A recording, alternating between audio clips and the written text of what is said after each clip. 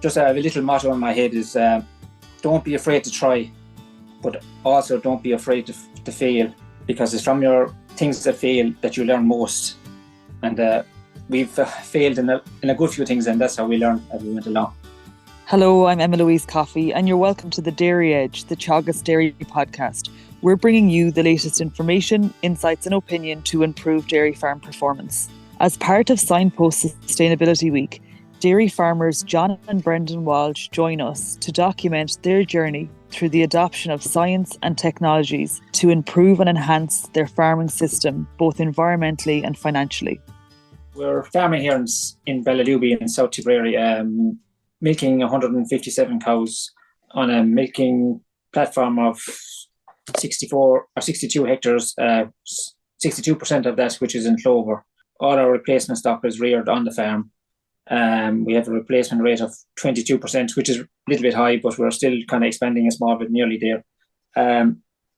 We have a small beef enterprise, which is unusual for dairy men, but we have some heavy ground which is not suitable for dairy farming, so we kind of the beef enterprise looks after that, which this year went into the acre scheme. We have a stocking rate of 205 kgs of nitrogen per hectare. That's basically the rundown of the farm. And given that it's Sustainability Week, to you, Brendan, can you talk us through how the farming practices and your attitude towards how you farm has evolved in the last number of years?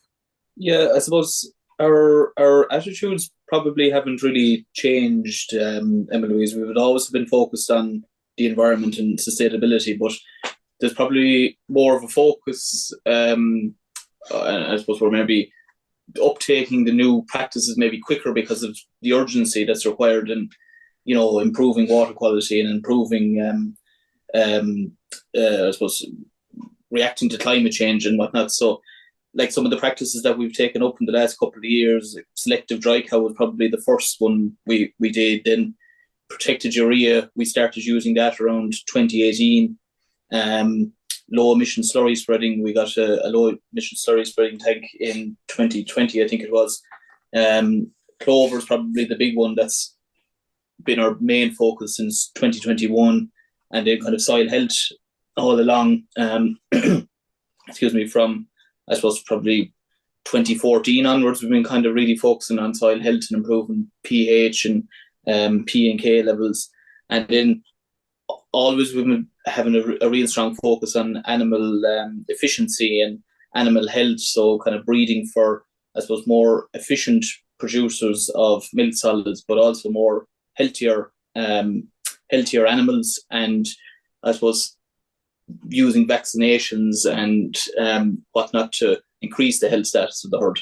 It's interesting, Brendan, you trace some of the focuses in terms of improving the farm from a sustainability perspective back to 2014. And I think it's reflective of all of these practices. It's a long game, and it's not, it's not going to be solved overnight. And also it's an ongoing thing.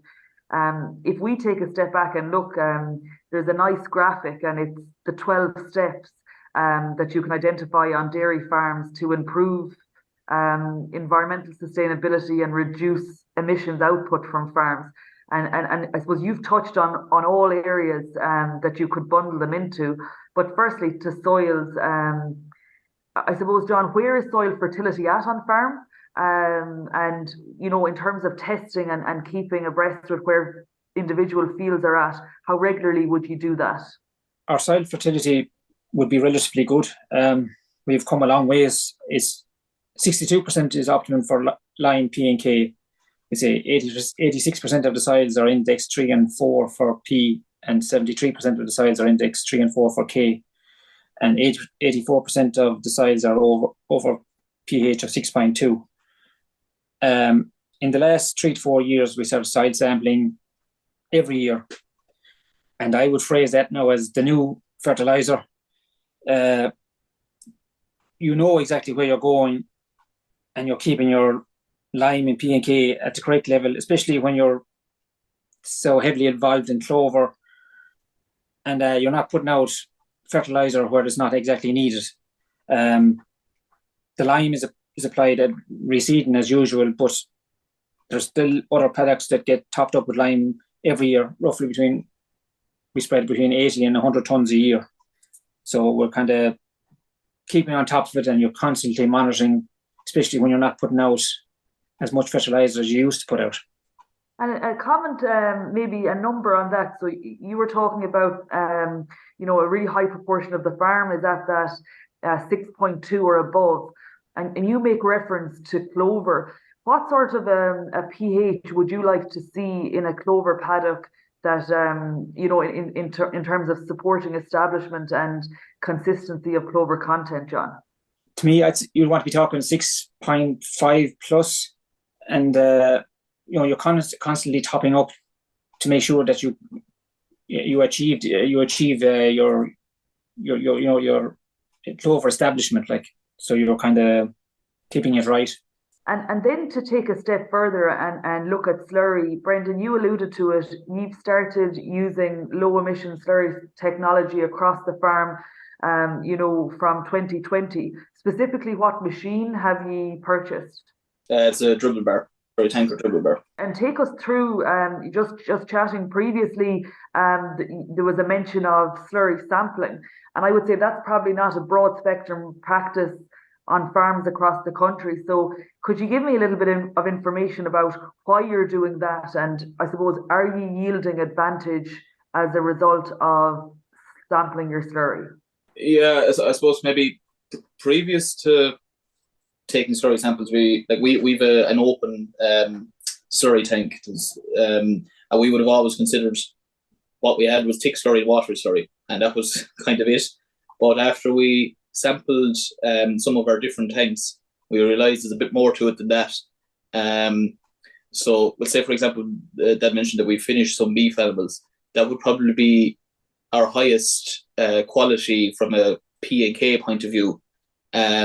Whereas the slurry from our open tank, while it's low in nitrogen, it was actually slightly higher than what we thought from a K point of view. So previous to taking slurry samples, we used to always kind of put the open tank slurry, or a lot of it anyway, on our silage ground just from a handiness point of view.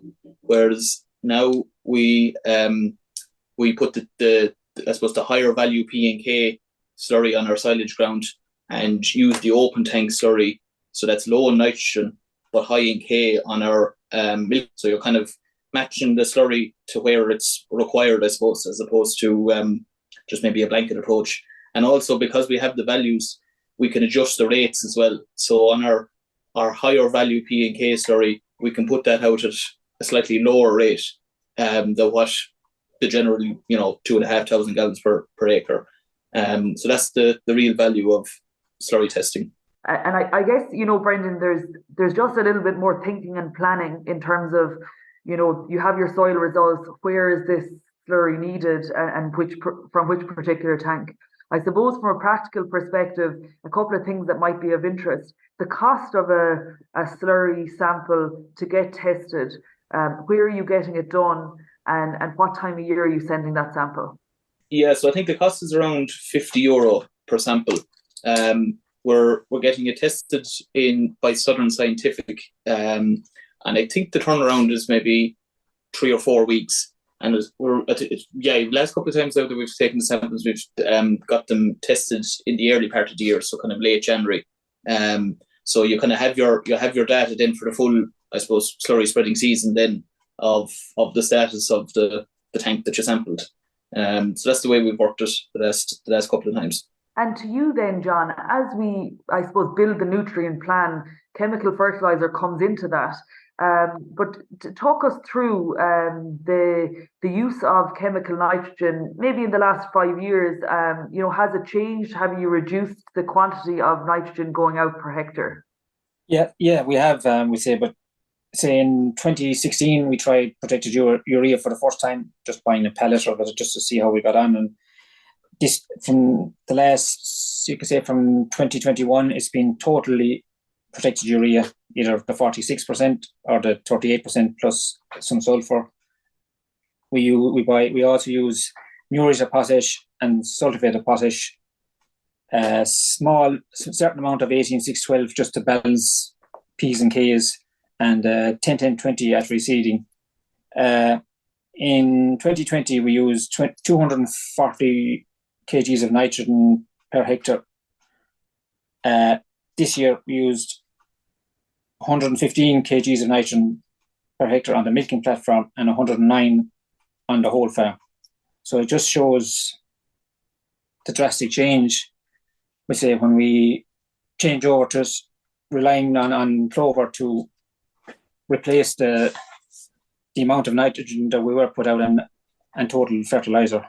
And you mentioned at the outset, 62% of the farm now has good clover contents. So, I suppose, are you seeing that 115 kilos per hectare on the milking platform, your non-clover paddocks, are they getting a lot more of it, or is it a fairly even 115 kilos across the whole platform? There'll be kind of a range, Emma-Louise. So I suppose on the farm we've kind of three different types of paddocks, if you like. We've clover paddocks that are getting zero chemical nitrogen throughout the whole year. We've clover paddocks that are getting spring nitrogen, so they get normal rate spring nitrogen up to about we kind of phase it off or phase it out, so it could be up to March, maybe April, late April, and then we've grass only paddocks that are getting normal rate chemical nitrogen, so they'd be getting about maybe 220, 230. We have the zero chemical nitrogen paddocks, as I said, and then the spring chemical nitrogen clover paddocks will be getting in and around maybe 60 to 80 kilos of chemical nitrogen. And to you, John, I mean, when we talk about white clover, we can't ignore the concerns of many farmers.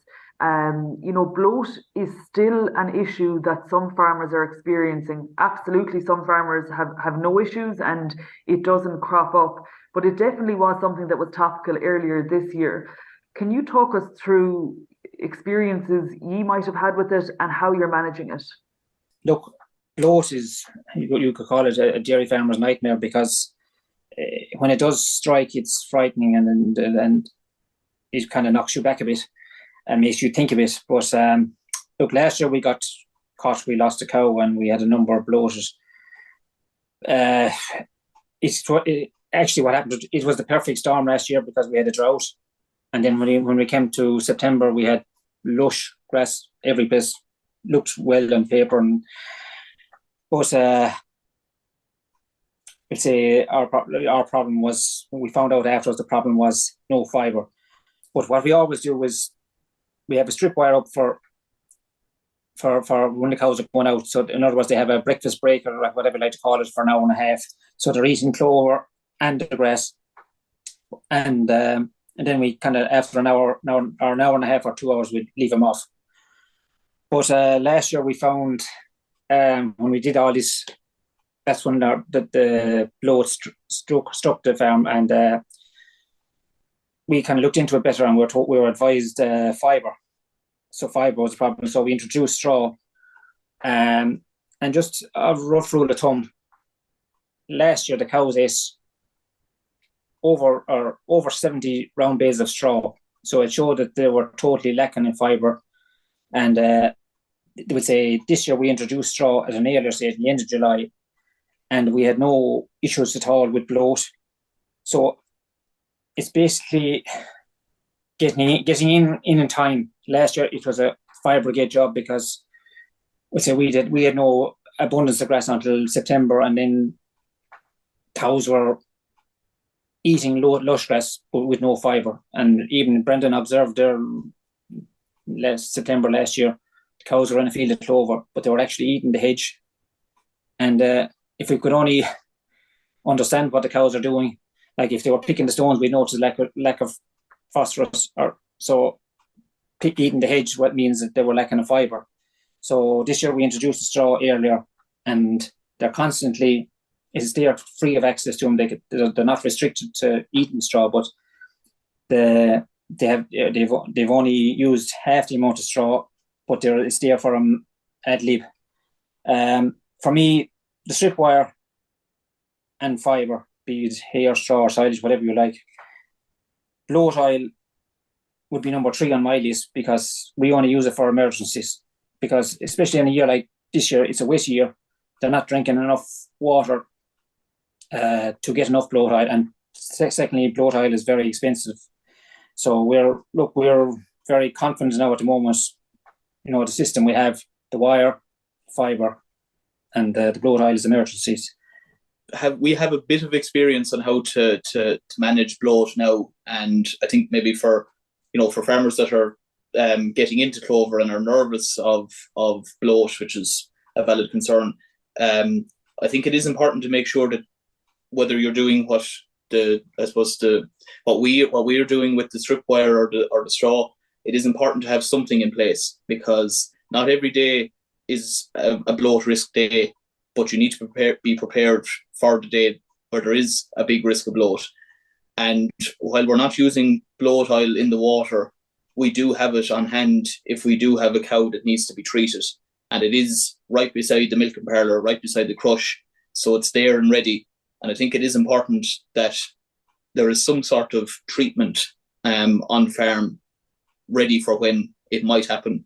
Because, even though we're pretty confident in, I suppose, the measures we've in place, that's not to say that we'll never get a case of bloat again. So I think, as I said, it is important to have that bloat oil or some sort of treatment ready to go in case of an emergency. That's an interesting one, John, in terms of the round bales of straw and what you're talking about with in excess of 70 bales. It's, I suppose the budget there is you want a half a bale of straw per cow to support that fibre demand.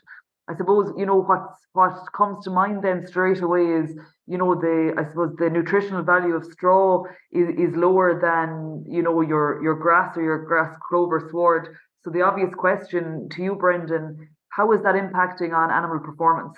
Well, I suppose proportionally in the diet, that amount of straw is quite small, and they're also eating, I suppose, a higher proportion of straw when they're on the clover, and that's what the clover is higher digestible and they get higher intake. So you're kind of not really, there's no real effect, maybe a slight increase in butter fat last year.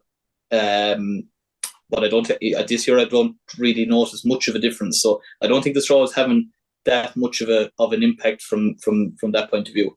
And I suppose just to reaffirm it before we move on, it is a concern, and as you talk, John, it's a dairy farmer's worst nightmare, and at that pinch point where you have the cow that's dead in the field and you have another few that are blown up, it is an incredibly stressful situation. And any of these tips in terms of the strip wire and the fibre source in order to combat that is really important.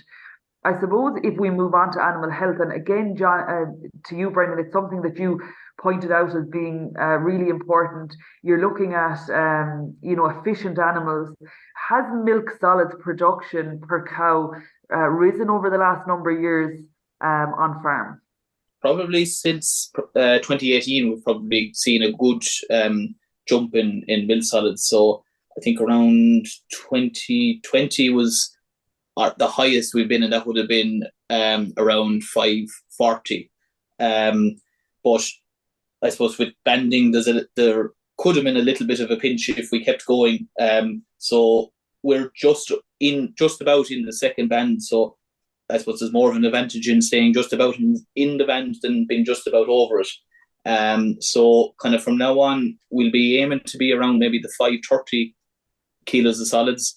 But any gains we get in kilos will come from percentages. So we're only kind of breeding for milk solids kilos, but coming from percentages as opposed to coming from volume. And what else, Brendan, are you looking at when you're selecting a bull to create the future cow in the herd? On the milk, we're probably selecting really hard on percentages, as I said. So kind of 0.3 for fat and 0.2 for protein are the minimum, which can be pretty hard to find. Maintenance is the other key one. So the bull has to be above 17 kilo or €17 for maintenance, and health has been the other one we've been focusing on lately. So kind of plus. It has to be positive anyway, and probably aiming for 4, 5 ideally. And going forward, the new carbon sub-index will be kind of one that will be thrown into the mix as well. But as I said, with the criteria we have, it can be very tricky to get, I suppose, the bull we're looking for to fit into the bull team. So that's why we've also been focusing very hard on the cows that we have too.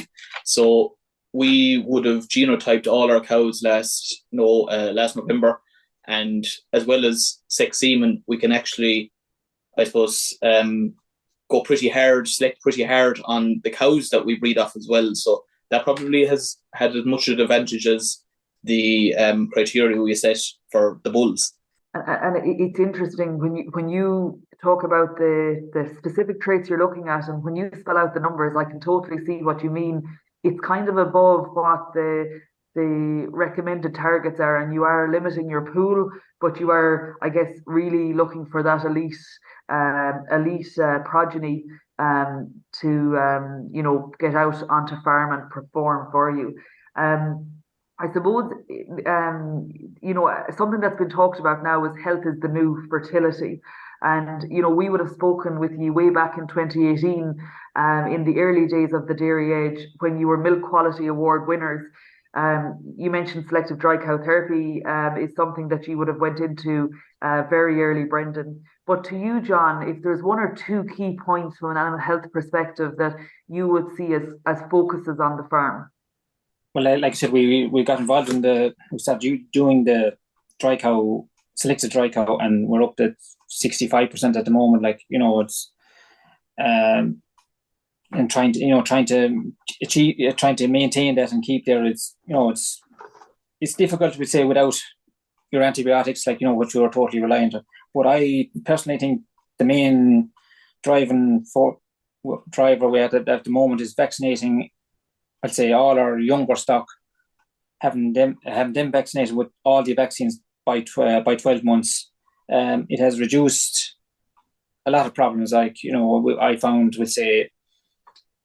when you were doing them at in-calf heifer stage, there was still lingering problems there, especially, salmonella. You might get a heifer that would throw a calf there at Christmas time, and you get it analysed, and it always come back as a symptom of salmonella. But since we start going back further, so that the calves are totally vaccinated by the time they hit 12 months coming into the breeding season, there's little or no problems. So the vaccines, I know they're expensive, but they're covering a lot of problems and sorting them out.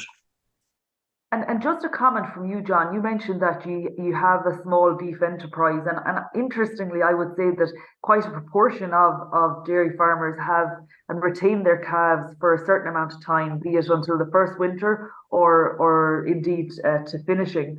But a key driver of reducing the footprint of the farm would be reducing age at slaughter. Is that something that you have been able to achieve within your beef stock? Yeah, it is, because especially last year now, I kind of monitored them. If you went 2 and 3 years ago, a lot of the stock would have been 25 months maybe before you would get them finished and out. They were nearly all gone at 22 months last year. So, it shows the genetics are there to achieve these weights at slaughter and get them, slaughtered earlier. And good genetics, John. Any other factors in terms of management that you have changed in order to drive that? Pushing them at a younger age, pushing calves when they're out on grass at the moment, so that first of all, it costs less because they're a smaller animal, but you're achieving your target weights and plus weights. You know what I mean? You're gaining ground quicker at a less of a cost.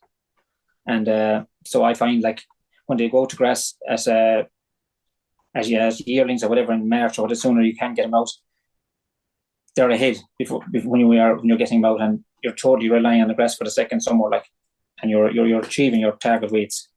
And I guess that makes sense in the overall picture, John. If they're ahead of time in the early days, that's where you're cutting those days which lead into months in terms of age at slaughter. I appreciate we've covered a lot of ground, so I have one final question for both of you. I suppose firstly to you, Brendan, and when we think about these changes in practices, Like, for example, the low emission slurry spreading, you purchased a new tank for that. But, is there a concern about costs of implementing new practices?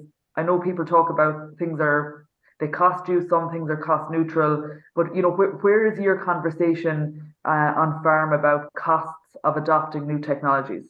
Well, I suppose the one you mentioned, Emma-Louise, the low emission slurry spreading was probably the most costly one. Even though there was a grant with it as well, which made it much easier. But so if you take, for example, our zero nitrogen paddock and compare it to maybe a paddock that's getting 200 kilos of protected urea. So we purchased our 2024 protected urea for €540 a ton. So if you work it back, that's a saving of about €250 per hectare on nitrogen not spread. So if you then multiply that across whatever amount of hectares you can get at zero N, there's a huge saving to be got there. So I suppose all the things that we've implemented, they're all I suppose measures that are both water quality positive, climate positive, but also financially positive for us as well. And to you, John, change makes people uncomfortable. And, I suppose particularly there's a lot of new technologies and practices, changes in products that we're using on farm in order to, I suppose, meet our targets from agriculture. I suppose not to be ageist, but you are the older person in this arrangement on farm, farming with your son Brendan. So for you, if there's somebody who is a couple of steps behind you in terms of adoption of practices and technology, what's your advice to them? Talk about changes. Changes here would frighten me really, because we've tried. We're into clover, red clover, mixed species, and this year we tried stitching in plantain on its own. So if that wouldn't frighten anyone, I don't know what. But I put it all down to this, Emma-Louise. Going by the 12 steps, the majority of them will be covered by soil health. So I would say get your soil health corrected, and your fertilizer and your clover and your reseedings will work perfectly. But you have to get your basics corrected. And I have a little motto in my head is don't be afraid to try, but also don't be afraid to fail, because it's from your things that fail that you learn most. And we've failed in a good few things, and that's how we learn as we went along. John and Brendan, I really appreciate your time today. And as we say, it's part of Sustainability Week, but there's plenty of examples throughout the conversation and in reality what you're doing on farm that has improved performance and reduced cost in places and improved the sustainability of what you're doing. Thank you for your time. Thank you, Emma-Louise. Thanks, Emma-Louise. That's it for this week's episode of the Dairy Edge podcast. And my thanks to John and Brendan Walsh for joining me on this week's show. Don't forget to rate, review and subscribe to the podcast. You can listen on Apple and Google Podcasts as well as Spotify. And for more information, go to the Teagasc website at teagasc.ie. I'm Emma-Louise Coffey, and join us next time for your Dairy Edge.